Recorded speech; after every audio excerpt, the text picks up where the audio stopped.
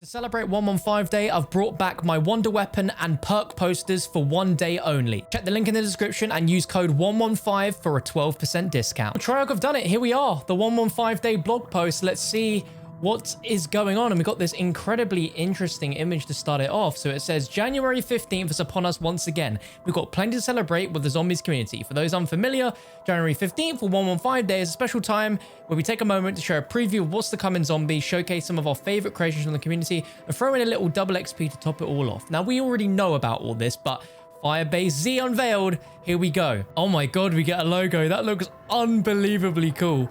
So this is the official logo and new narrative details for our next zombies map. So here we go. This is it, ladies and gentlemen. So in less than 3 weeks, Firebase Z will introduce zombies fans to an all-new location set in the jungles of Vietnam, along with new characters, new enemies, new gameplay mechanics, and much more. And in keeping with zombies tradition, a badass new wonder weapon awaits. Now, without spoiling too much, let's get into the story so far. So let's catch you guys up real quick. So obviously know we're playing as Requiem, the American team, versus Omega, which is this evil Russian team.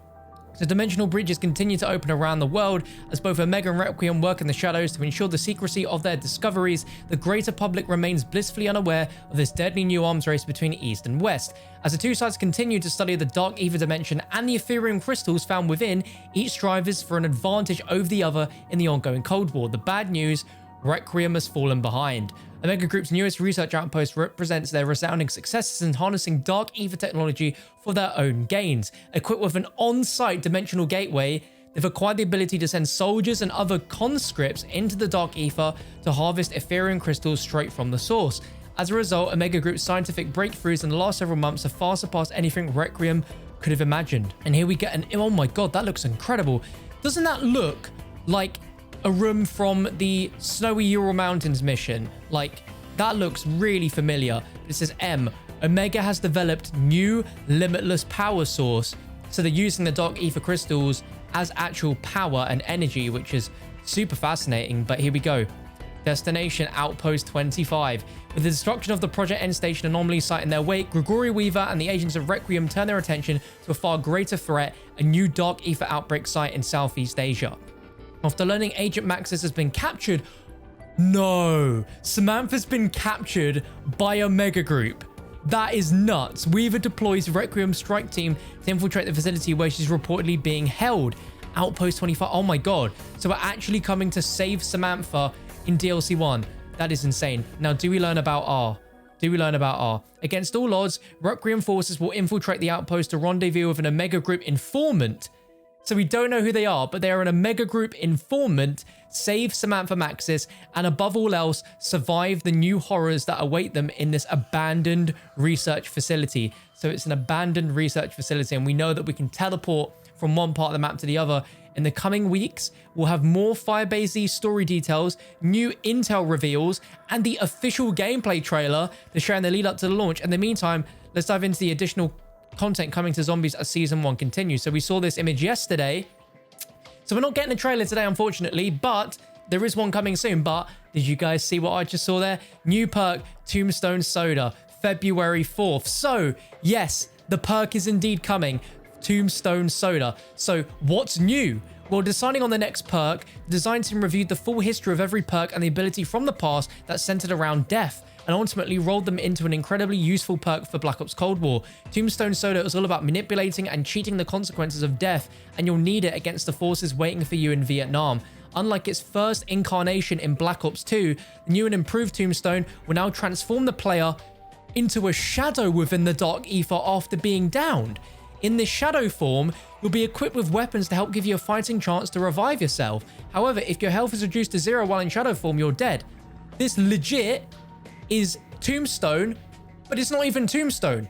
Legit, that is Chugabud. That's from Die Rise. That's the perk from Die Rise. Legit, it's Who's Who, more so than it is Tombstone Soda. So they've kind of combined Tombstone and Who's Who together. So I'm pretty happy about that. Tombstone Soda and Who's Who. It's been a long time coming. So we get to see what it looks like, and it's 3 tiers. So fortunately, Tombstone benefits only get better from there. Each perk comes with its own set of upgradable skills in Cold War, and this one's no different. So the first one is when you get it to tier 1, Shadow Form can regenerate health. That's great. The The second one is increased down duration to 60 seconds.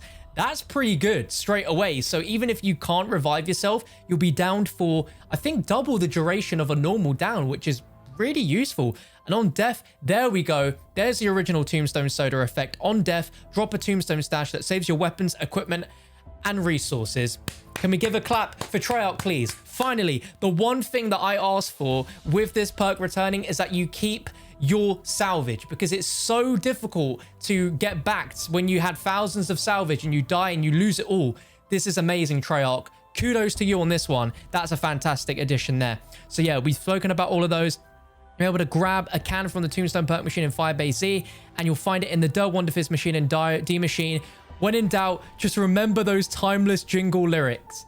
Boys, Treyarch are fully aware of the memes at this point. So we've got new support, Scorestreaks, and intel. So not only will we be getting this new map on February 4th, but there's also 2 new support Scorestreaks to call in against the undead, the devastating artillery, and always satisfying napalm strike. When the action gets a little too hot, head over to the crafting table and turn the heat even higher. I think for a Vietnam themed map, a napalm strike kill streak is absolutely just, it's perfect. It goes together like bread and butter. So I'm great addition there on that part. And there's new in-game intel. Keep an eye out for new audio logs, documents, radio communications, Dark Aether dispatches, hello, and artifacts hidden throughout Firebase Z starting on February 4th. You never know what you might find.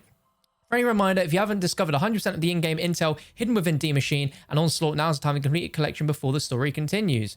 And there we go, new Onslaught map coming on February 4th, which is Express, the Black Ops 2 multiplayer map remake, which is absolutely awesome. I love that that's coming back. The arrival of Firebase Z will also introduce new enemy types into the mix on every Onslaught map. We'll tell you what or who they are, but we're getting into spoiler territory. Nice try. And then they've also got a double weapon XP, which is live now until the 19th. And also there's that in free access weekend. And then also they're celebrating the community. And I think this is fantastic as well. I think Treyarch should definitely do this a lot more often. We can see we've got a play card animated emblem from Retconner, which looks amazing. I saw this the other day. That looks absolutely fantastic. That's some incredible Samantha artwork there. Russell Adler as well. That looks fantastic. Very like Metal Gear Solid. Oh, Monkey Bomb tattoo. That's amazing. A sick Samantha cosplay. And I think I've also seen that cosplay as well. But there's more. From everyone here at Treyarch, would love to give a huge shout out to every single fan who's come along with us on this crazy journey we call zombies. Whether you've been with us since the mode's humble beginnings as Post-Credit Secret and World at War, or D Machine is your first undead radio, we're honored to have you in the community. Before we go, we'll leave you with this. What we've talked about today is just a glimpse of what's planned for zombies in 2021. If you think you know what to expect in Season 2, think again. Love, Treyarch. Because at first, right, we're like, DLCs are coming every other season, but Treyarch are like, no. We're bringing a DLC map within Season 1. So now I'm like, if you think you know what to expect in Season 2, think again. It's like, are we going to be getting another Zombies DLC map that soon? I don't know. It could be like every mid-season that we'll be getting a Zombies DLC now, which would give some decent pacing and space it out. Because obviously Treyarch are working from home. This development of the game has been absolutely just crazy that they even managed to make it happen. And the fact we're getting DLC earlier than normal is absolutely fantastic. The fact that there is so much coming is fantastic to see from Treyarch, and I'm just so excited to see. So before we round things up, let's just take a look again at this image right here. So this is an outdoor area, and this looks like a cryogenic pod that we saw our characters in on Targeted Totem in that one room. But clearly you can see it's either Dark Aether crystals that are being housed in there, or it could be some sort of new mutated zombie. We don't actually quite know. And we get to see it a little bit there. It's developed new limitless power source. So that's incredibly fascinating, because I've been keeping up to date a lot with the lore, and the fact that Omega absolutely is in war with Requiem, and they've gotten a head start being able to go into the Dark Aether to harvest Ethereum crystals is nuts.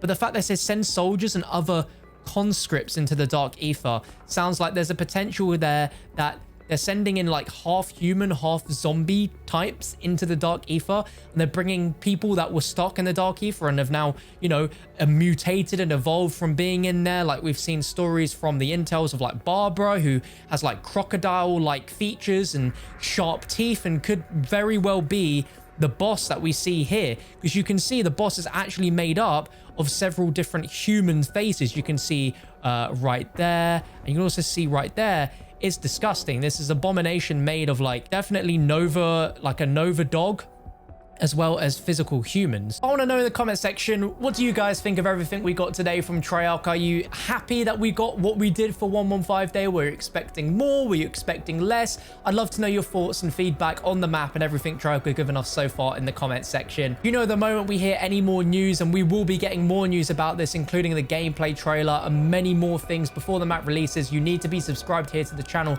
with the bell tick so you don't miss out on anything. I hope you guys have a very safe and happy 115 Day. Take care of yourselves, and I'll catch you hopefully for another video very, very soon.